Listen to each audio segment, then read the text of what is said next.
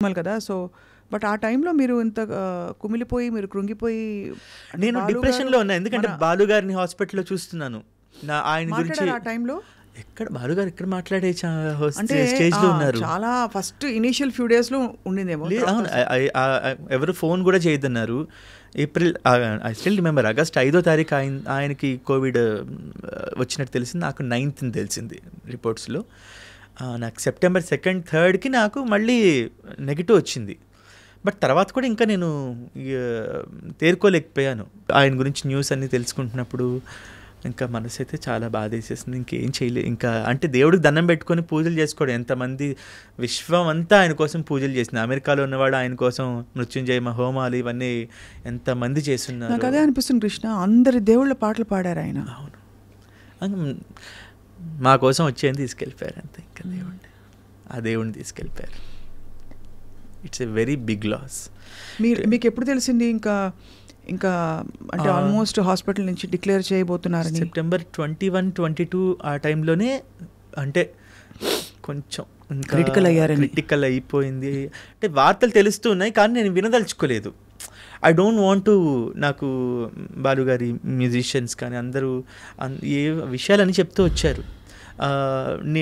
But నాకేంటంటే అసలు నా చెవికి వద్దు, బాగుంటారు ఏమో, రేపొద్దున ఏదైనా మ్యాజిక్ జరగచ్చేమో దాన్ని ఎన్ని ప్రేయర్స్ చేస్తూ ఉన్నాము, ఎందుకంటే అలాంటి వ్యక్తిని మనం కోల్పోకూడదు. ఇట్స్ వెరీ అన్ఫార్చునేట్ అంతే.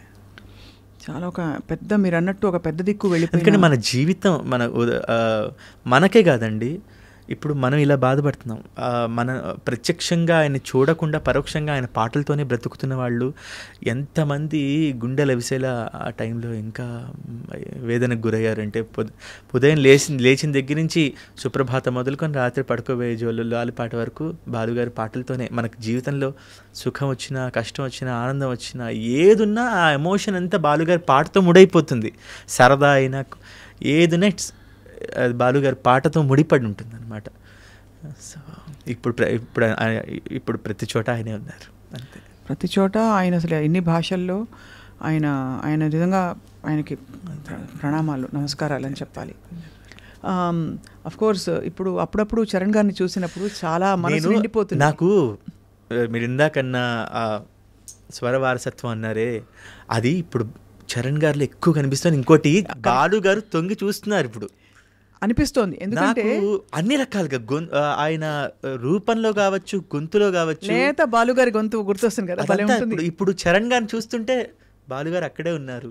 చరణ్ గారి పాట వింటుంటే బాలుగారు, ఇది వరకు చరణ్ గారిది ఒక డిఫరెంట్ ఉండేది. నేను ఎక్కువగా చరణ్ గారిని ట్రై చేసేవాడిని ఇమిటేట్ చేయడానికి, ఎందుకంటే నాకు చరణ్ గారి గొంతు అంటే చాలా ఇష్టం.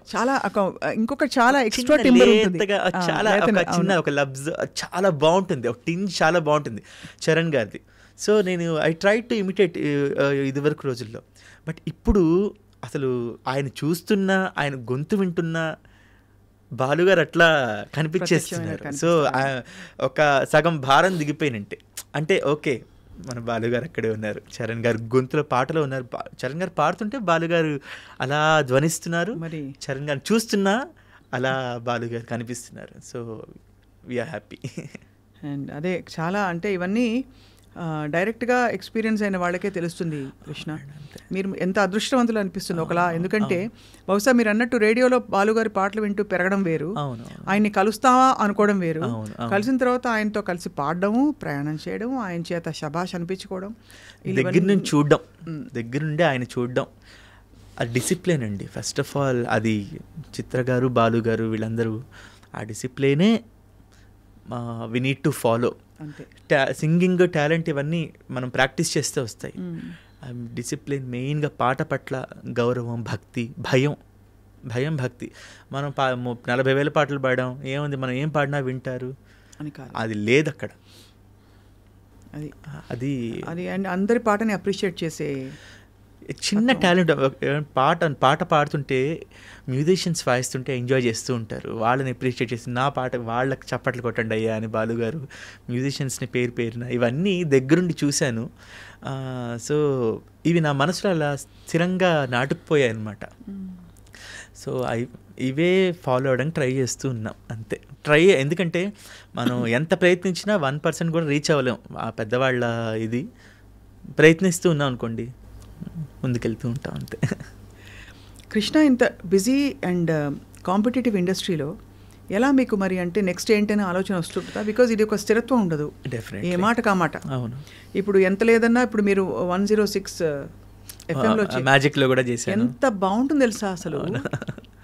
మ్యాజిక్ అది ఆ జింగిల్ రాగానే 106.4లో. అవును, పింటూ అది అవును, ఎంత బాగా అనిపిస్తుంది చెప్పలేదు. అవును, అంటే అంత.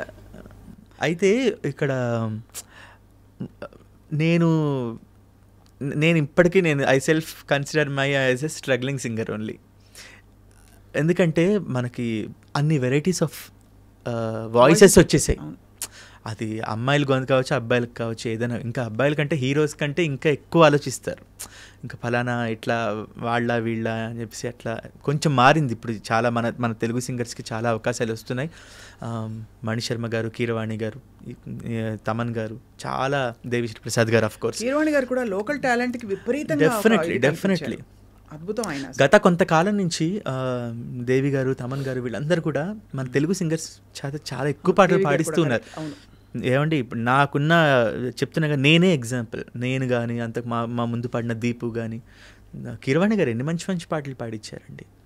సింగర్స్, మన తెలుగు సింగర్స్ చాలా మంచి మంచి పాటలు పాడిచ్చారు. అయినా కూడా ఇదొక స్ట్రగ్లింగ్ ఇదే ఉంటుంది. రేపు ఏముంటుంది, ఈరోజు ఇది అయిపోయింది, నిన్నటిది పాడింది నిన్నటితో అయిపోయింది. అది రేపు కొత్త పాట వచ్చేదాకా కూడా నిన్నటి దాంతో మనం వేలాడలేము. అవును, డెఫినెట్లీ. సో కొత్త వాళ్ళు ఎవరు వచ్చినా కూడా నేను ఏదైనా జాబ్ చేసుకుంటూ మీ ప్యాషన్ని కంటిన్యూ చేయండి. If you are getting really busy, అప్పుడు కావాలంటే పక్కన పెట్టండి అని నన్ను ఎవరైనా అడుగుతున్నప్పుడు నేను చెప్తా. ఎందుకంటే మీరు చాలా బిజీ ఉండి మీరే కావాలి, లేకపోతే ఫలానా ప్రోగ్రామ్స్కి మీరే కావాలన్న ఒక బిజీ టైం వస్తున్నప్పుడు మనకు తెలుస్తూ ఉంటుంది కదా. సో అప్పుడు కావాలంటే మీరు దిగచ్చు. బట్ ఏదో ఒక పార్ట్ టైం జాబ్ అయినా చేసుకో. ఇప్పుడు నేను టాల్ రేడియోని, టచ్ ఏ లైఫ్ వారి టాల్ రేడియో, దాంట్లో నేను ఆర్జేగా వర్క్ చేస్తున్నాను లాస్ట్ 2.5-3 years నుంచి. వీకెండ్సే షోస్ రికార్డ్ చేసి ఇంట్లోంచి మనం పంపిస్తూ ఉంటాము. So I'm doing something. అది ప్రాక్టికల్ అప్రోచ్. అది ఇక్కడే కాదు, ఎక్కడైనా. ఎందుకంటే చాలా ఉంటాయి. ఇప్పుడు ఒకే గొంతు మనం 10 సార్లు అంటే బోర్ అని చెప్పను. మళ్ళీ ఇందాక చెప్పినట్టే వెరైటీస్ కావాలి.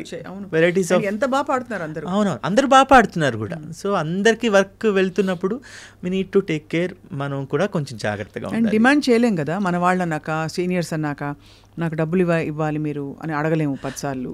అవి ఆటోమేటిక్గా వచ్చేస్తాయి. అంటే అందరికీ ఇప్పుడు వాల్యూ బాగా తెలిసి మన మ్యూజిక్ డైరెక్టర్స్ లేదండి, తప్పకుండా. అయితే ఒకటి, ఇప్పుడు నాకు ఇంతే కావాలని కూర్చుంటే అది వేరు. మనకి కావాల్సినట్టుగా వస్తున్నాయి. అండ్ మనం కూడా ఆ పాటలతో మనం ఎక్కడ తీసుకోవాలి, ఎక్కడ ఆగాలి, ఎక్కడ మనం తగ్గుండాలి, లేకపోతే ఎక్కడ మనం డిమాండ్ కదా, ఎక్కడ మనం రిక్వెస్ట్ చేసుకోవచ్చు అని. ఇంకోటి, మన వర్క్ చూసి వాళ్ళే ఇస్తారండి. మ్యూజిక్ డైరెక్టర్స్ మన వర్క్ని చూసి ఇస్తున్నారు, మన వర్క్ని కూడా చూసి ఇస్తున్నారు, యాటిట్యూడ్ కూడా చూస్తారు. ఎవ్రీథింగ్ కౌంట్స్ అండి. ఓన్లీ నాట్ ఒక సింగింగ్ టాలెంట్ పెట్టుకొని ఉంటే కష్టం. మన బిహేవియర్, యాటిట్యూడ్ అది కూడా చాలా important. Right, correct. I mean but you are blessed because చిన్న వయసులో మీరు చాలా నేర్చుకున్నారు కృష్ణ. జీవితం నేర్పించినవి కొన్ని, పెద్ద వాళ్ళ దగ్గర చూసి నేర్చుకున్నవి కొన్ని. తప్పకుండా అదే మిమ్మల్ని కాపాడుతుంది. సో ఫైనలీ అయితే మరి మీ how is your little one? చిట్టిది ನನ್ನ పేరు కాత్యాయని నందన. నాకు ఆడపిల్లే పుట్టాలి. నేను లలితా సహస్రనామం ఎక్కువ వింటూ ఉండేవాడిని. మా వైఫ్ పేరు శృతి. మీ ఇద్దరు రీల్స్ చూశాను, కొన్ని సరదా రీల్స్. ఆఫ్ కోర్స్ తను చాలా సపోర్టివ్ అండి. అండ్ బేసిక్గా ఇంట్లో ఆ సపోర్ట్ ఉండబట్టే, ఉండకపోతే ఈ ఫీల్డ్లో ముందుకు వెళ్ళడం కష్టం అవుతుంది. పాడతారా? అలా పాడుతుంది. బట్ నా కూతురు పాడుతుంది. నా కూతురు పాడడానికి మెయిన్ కారణం మా ఆవిడ. ఎందుకంటే జోల పాటలు అవన్నీ కూడా మా ఆవిడ అమ్మ దొంగ నిన్ను చూడకుంటే కానీ, జో అచ్యుతానంద అమ్మ దొంగ నిన్ను చూడకుంటే నాకు బెంగ, ఈ పాటలన్నీ మా ఆవిడ పాడుతుంది. సో నా కూతురు అవన్నీ విని పాడుతూ ఉంటుంది అనమాట. ఇప్పుడు PP2 UKGకి వచ్చింది, స్కూల్ ఇప్పుడే స్టార్ట్ అయింది. She is very supportive. మా వైఫ్ శృతి, తను పిల్లని చాలా చాలా చాలా పిల్లని, నన్ను మా ఫ్యామిలీని మొత్తం కూడా చాలా బాగా టేక్ కేర్ చేస్తుంది. And I'm so happy, I'm so your blessed నాన్న. డెఫినెట్గా మీరు తప్పకుండా ఐ థింక్ ఇంకా మీకు అద్భుతమైన బ్రేక్స్ వస్తాయి. మీ టాలెంట్ ప్రపంచానికి పరిచయం అవ్వాలి ఇంకా కూడా. Thank you. నాకేంటంటే కన్సిస్టెంట్గా వర్క్ చేస్తూ, ఇప్పుడు హిట్స్ ఫ్లాప్స్తో మనకి నిమిత్తం లేదు. ఎందుకంటే మనకి హిట్ పాట కావాలి లేకపోతే పెద్ద సినిమా ఇవన్నీ కాదు, కన్సిస్టెంట్గా జాగ్రత్తగా వర్క్ చేసుకుంటూ వెళ్ళాలి అన్న ఒక సంకల్పం అయితే మనసులో ఉంది. I thank all the music directors for supporting me, all the wonderful lyric writers. ఎందుకంటే వాళ్ళు కూడా మనల్ని సపోర్ట్ చేస్తూ సజెస్ట్ చేస్తూ ఉంటారనమాట, పలానా పాటకి కృష్ణ కావాలి బాగుంటుంది అని చెప్పి. రామజోగి శాస్త్రి గారు, చంద్రబోస్ గారు, శ్రీమణి గారు, శ్యామ్ గారు, కాసల శ్యామ్ గారు, ఇలాంటి వాళ్ళందరూ కూడా అంటే ఎక్కడే చెప్పలేము, మా నోటి మాట ద్వారానే ఎవరు బాగుంటుంది పాట అన్నప్పుడు ఫలానా గొంతు బాగుంటుంది. ఇప్పుడు రవి బస్టూర్ గారికి నన్ను పరిచయం చేసింది రామజోగి శాస్త్రి గారు. KGF 1-2లో పాడే అవకాశం వచ్చినప్పుడు it's because of Ramajogi Sastry గారు. అలాగే అనిరుద్ గారి దగ్గర కారణం శ్రీమణి గారు. సో ఇలా రచయితలు వాళ్ళందరూ కూడా వాళ్ళ వాక్కు కూడా ఉంటుంది. అంటే ఫలానా ఎప్పుడైనా డిస్కషన్స్ వచ్చినప్పుడు ఇవన్నీ చెప్పేది అన్నప్పుడు ఒకసారి ట్రై చేద్దాం అనుకుంటారు. ట్రై చేసినప్పుడు అక్కడ మన ఇది, సో ఇలాంటివి కూడా జరుగుతూ ఉంటాయి. So I thank all the music directors